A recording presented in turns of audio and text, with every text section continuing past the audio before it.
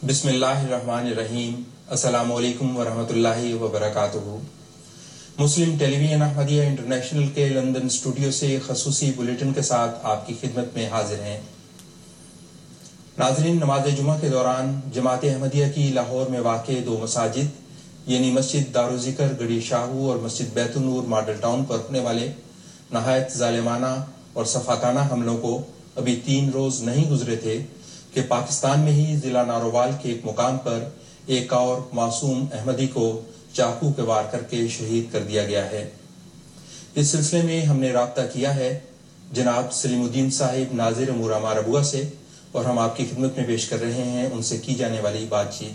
मुलाहिज़ा फरमाएं।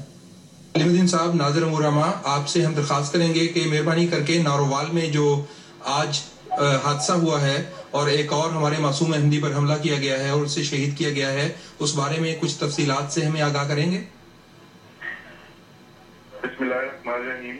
जैसा कि एमटीए के नाज़रीन इस बात को जानते हैं कि जुमा के रोज पाकिस्तान में एक अंदोनाक खून की होली खेली गई और मासूम अहमदी नमाजियों को नमाज जुमा की के खुतबा में शामिल होने की हालत में हमला करके शहीद किया गया और एक बहुत ही अफसोसनाक वाक़या है जो कि मजहबी मुनाफरत का शाखसाना है जो पाकिस्तान में अरसे से जारी है, खास तौर पे अहमदियों के खिलाफ।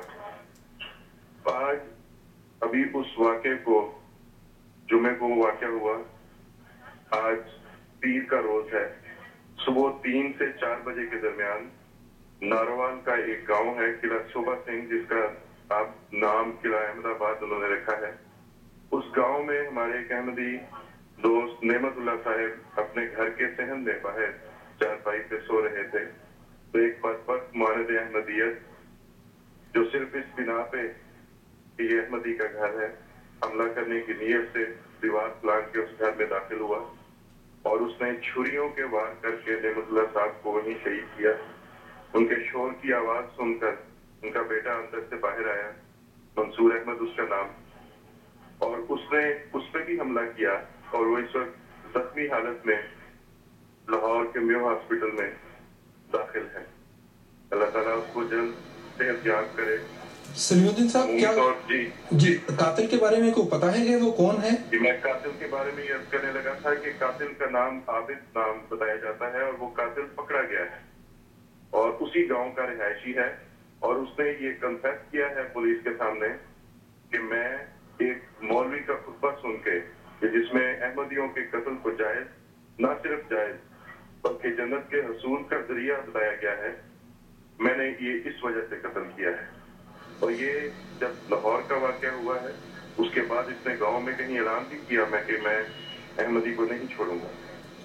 तो इस बिना पे उस मौलवी के खुतबे से मैंने अर्ज किया था पहले कि मौलवियों ने एक अच्छे से मजहबी मुनाफरत का एक तूफान बर्पा किया हुआ है अहमदियों के खिलाफ पाकिस्तान में। तो ये उसी का शाखसाना है जब कत्ल के फतवे आम हो और जगह जगह ऐसे उभारने वाले इश्तिहार दिलाने वाले बैनर्स लगे हों, मीडिया पे आ रहा हो कि इनका कत्ल जायज है। सलीमुद्दीन साहब, ये लाहौर से कितना फासला है नारोवाल का? लाहौर से कोई 3 घंटे का फासला होगा, 2.5 से 3 घंटे का। तो क्या आप समझते हैं कि ये कातिल जो पकड़ा गया है इसके पीछे जो पसे पुश्त अनासर हैं उनके खिलाफ भी कोई कार्रवाई मुमकिन है? देखिए, ये तो पुलिस को इंतजामिया को चाहिए कि उस खबीस मौलवी को पकड़े जिसने वो खुतबा दिया था, जिससे ये मुतासिर हुआ था। इसको तो पकड़ा ही हुआ उन्होंने, इस पर तो कार्रवाई होगी, उसको तो नामजद भी किया हुआ है, लेकिन उस मौलवी को भी पकड़ना बड़ा जरूरी है जिसने ये इश्तिहार दिलाने वाला खुतबा दिया। उसको क्या हक था कि वो इंसान मासूम इंसानों की कत्ल के फतवे देता फिरे। सलीमुद्दीन साहब, अगर आप मेहरबानी करके हमें बताएं कि लाहौर में इस वक्त क्या सूरत हाल है। हमारी मसाजिद जिन पर हमला किया गया था उसके बाद वहां पर जो कानून नाफिज करने वाले अदारे हैं वो किस हद तक आगे बढ़े हैं और जमात अहमदिया का वहां पे क्या रद्द अमल है उन दोनों मसाजिद पे? तो नमाजी देखिए जी, खुदा के फजल से हमारी नमाजें जारी हैं। अहमदी खुदा के फजल से हौसले में है और हौसले में रहेंगे और हमें हमारे इमाम की यही हिदायत है, हमारी रहनुमाई हमारा प्यारा इमाम लम्हा लम्हा करता है और हमें اس کی رہنمائی میں ہی آگے بڑھنا ہے. ہر احمدی رنج غم دکھ افسوس کے باوجود حوصلے میں ہے اور حوصلے میں رہے گا انشاءاللہ. وہاں نمازیں بھی ہو رہی ہیں. جہاں تک ان کی تفتیش کا تعلق ہے ابھی تک انہوں نے ہمیں اس سے آگاہ نہیں کیا اور کوئی اپنی انویسٹیگیشن کو ابھی فی الحال شیئر نہیں کیا. جہاں تک سلیم الدین صاحب باقی پاکستان کے حالات کا تعلق ہے اس بارے میں ہمیں مہربانی کر کے بتائیں کہ باقی احمدی بھی چونکہ ہر جگہ پہ احمدی معصوم اس وقت مظلوم ہے تو اس نہایت ظالمانہ واقعے کے بعد تو بہت ہی زیادہ تکلیف کی حالت میں ہے. تو بتا سکتے ہیں کہ باقی پاکستان کے احمدیوں کا کیا اس وقت رد عمل ہے, وہ کیا سوچ رہے ہیں یا کیا؟ دیکھیں, ہم خدا تعالیٰ کی ہر احمدی خدا کی رضا پہ راضی رہتا ہے اور ہر حالت میں راضی رہتا ہے. یہی ہماری تعلیم ہے اور یہی ہماری روایت ہے.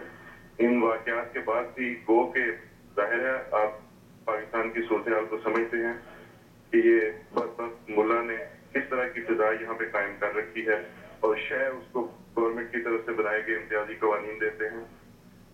وہ ساری باتیں اپنی جگہ, لیکن احمدی خدا کے فضل سے حوصلے میں ہے, اپنی حفاظت کا بھی کوشش کرتے ہیں. تاہم خدا تعالیٰ کے حضور دعا گو ہیں, خدا کی رضا پہ راضی رہتے ہوئے اس کے حضور جھکتے ہیں اور اسی سے مدد بھی مانگتے ہیں. اپنا مقدمہ اپنا احتجاج اسی کے حضور پیش کرتے ہیں اور وہی انصاف کرنے والا ہے. ہمارا اس پہ ایمان ہے.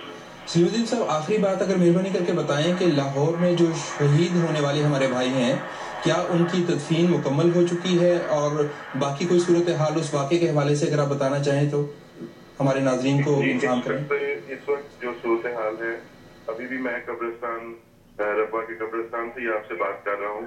یہاں اس وقت ہم 2 شہداء کی تدفین سے فارغ ہو رہے ہیں.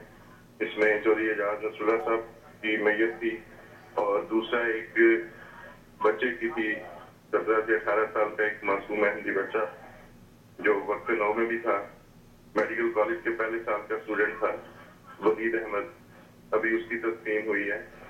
یہ ربا کا ہی رہائشی تھا. اور ایک بات خاص طور پہ میں بتاؤں کہ اس کے دادا بھی شہید تھے محراب پور میں, عبدالحمید صاحب, اور اس کے نانا بھی شہید تھے عبدالرزاق سندھ میں. یہ دادا بھی اس بچے کا شہید, نانا بھی اس بچے کا شہید تھا اور یہ خود بھی شہید ہوا اور یہاں ابھی اس کی تدفین ہوئی ہے.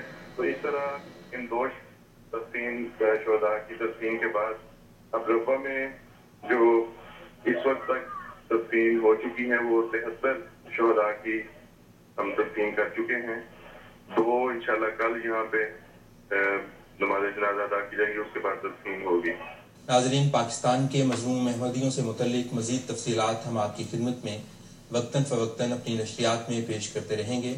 براہ کرم اپنے بھائیوں کو اپنی دعاؤں میں خاص طور پر یاد رکھیں.